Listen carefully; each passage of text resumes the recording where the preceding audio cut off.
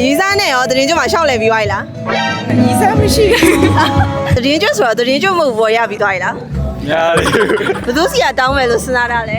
ဟောလာစီပါဟောလာစီပါ ဟယ်လိုညီမတို့မင်္ဂလာပါ မင်္ဂလာပါရှင် ဒီနေ့ပွဲကိုဘယ်သူနဲ့လာရလဲ တငယ်ချင်းနေ တရင်ကျွတ်မဟုတ်ဘောရပြီးသွားပြီလား မရသေးဘူး မရသေးဘူး ရသေး မရသေးဘူးမရသေးဘူးဘယ်သူစီကတောင်းမယ်လို့စဉ်းစားထားလဲ မမတို့ တရင်ကျွတ်မှာရီစားနဲ့တူတူရှောက်လဲပြီးသွားပြီလား မရသေး မလဲရသေးဘူးစင်မြင့်ရောသိလား သိရရှင် လီတို့မင်္ဂလာပါ မင်္ဂလာပါရှင် တရင်ကျွတ်မဟုတ်ဘောရပြီးသွားပြီလား မရသေးဘူး မရသေးဘူးလားရီစားနဲ့ရောတရင်ကျွတ်မှာရှောက်လဲပြီးသွားပြီလား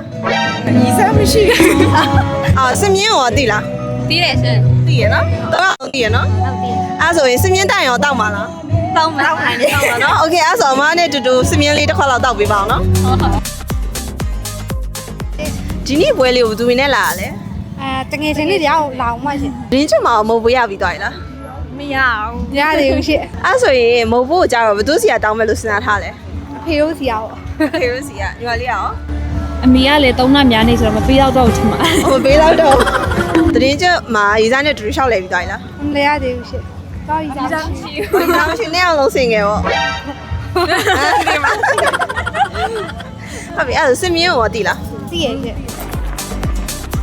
ဒီနေ့ပွဲဘယ်သူနဲ့လာရလဲမသိဘူး ဟောလာတယ် တရင်ကျွတ်ဆိုတော့တရင်ကျွတ်မဟုတ်ဘောရပြီးသွားပြီလား များတယ် ဘယ်သူစီကတောင်းမယ်လို့စဉ်းစားတာလဲ ဟောလာစီပါဟောလာစီပါ ဟိုရရကိုပေးမယ်လို့ထင်လား တင်တဲ့လူပါပါ โอเคအဲ့ဒါတရင်ကျွတ်မှာရီစားနဲ့ရောတူတူရှောက်လဲပြီးသွားပြီလား များတယ် အဲ့ဒါစင်မြင့်ရောသိလား စင်မြင့်